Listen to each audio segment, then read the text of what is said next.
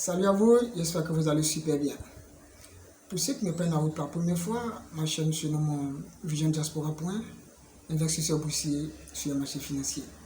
Alors n'hésitez pas à liker ma vidéo, à faire les petits commentaires pour ne pas rater les prochaines notifications parce que c'est vraiment très important. C'est vraiment un quiz, c'est-à-dire une question-réponse. Je vous pose la question en même temps, moi je la réponds en même temps, c'est ce qu'on appelle un quiz. Aujourd'hui, on ne va pas parler de la bourse, parce que de temps en temps, il faut diversifier les sujets. Nous allons parler un peu de la diaspora. Qu'est-ce qu'on appelle un résident? Certaines personnes ont posé des questions, par contre, certaines personnes y connaissent, certaines personnes ne connaissent pas. Un résident, c'est une personne qui se trouve hors de son pays respectif. C'est-à-dire que tu es un Ivoirien, un Sénégalais, un Malgache, un Français. Tu te trouves peut-être, un Ivoirien, un exemple, tu te trouves peut-être en France, aux États-Unis, au Maroc, en Tunisie, en Australie, je ne sais pas quoi, donc en Malaisie. Tu n'es pas dans ton pays respectif.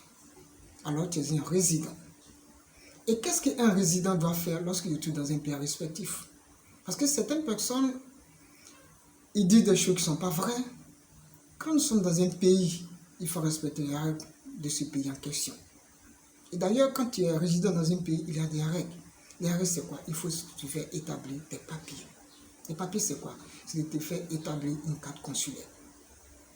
Mais pourquoi aujourd'hui, nous avons les problèmes? L'ignorance tue.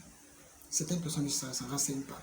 Aujourd'hui, avec l'Internet, avec Google, on peut se renseigner un peu partout. Mais c'est parce que certaines personnes ne maîtrisent pas. Les informations sont à nos portées. Mais malheureusement, on ne sait pas. Une fois que tu es dans un pays, qu'est-ce qu'il faut faire? Tu dois te rendre dans ton ambassade, accréditée dans le pays respectif. Donc, quand tu voyages, derrière ton passeport, voici le passeport. Il est écrit ici, recommandation importante. Recommandation importante. Il y a combien de personnes parmi nous qui lisent ces recommandations importantes? Ça veut dire quoi? Lorsque vous êtes dans un pays en question, tu dois te rendre dans ton ambassade pour te faire établir une carte consulaire. Étant donné que tu as une carte consulaire, en ce moment, tu es sur la politique diplomatique. Bien vrai que tu n'es pas un diplomate. Mais le fait déjà de te rendre dans ton ambassade, te faire établir une carte consulaire, en cas peut-être d'un contrôle, de routine, alors tu présentes ta carte consulaire.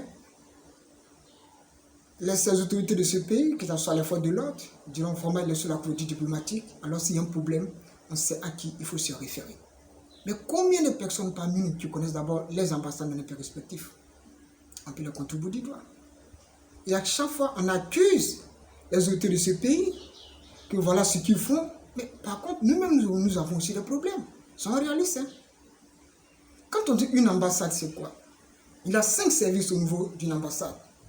Il y a la chancellerie diplomatique, il y a les services culturels, il y a le consulat, il y a l'attaché militaire, il y a la mission diplomatique.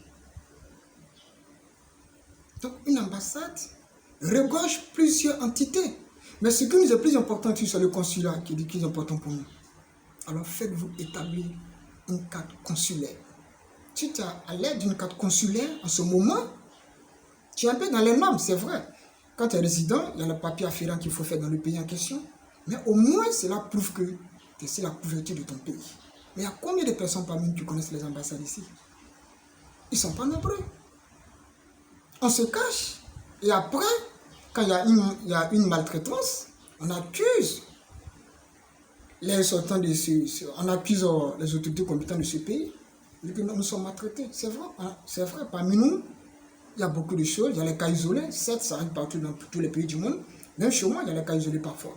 Parce que chez moi aussi il y a les étrangers aussi chez moi. Alors c'est très important, faites-vous établir une carte consulaire. À défaut d'avoir la carte définitive, la carte de séjour de ce pays, faites-vous établir une carte consulaire. La carte consulaire, elle est gratuite, elle coûte combien? Peut-être je ne sais pas si c'est 3 euros, mais 2 euros, je ne sais pas combien ça coûte. Mais ça a moins de coût. Il y a combien de personnes parmi nous qui ont ça aujourd'hui? C'est très important. Comme je le dis, je connais le jour de mon arrivée dans le pays en question, mais je ne connais pas le jour de mon départ. Alors il faut y penser. Aujourd'hui, je ne parle pas de la bourse, c'est une quiz, une question-réponse, c'est très important. Faites-vous établir une carte consulaire. C'est très important pour vous.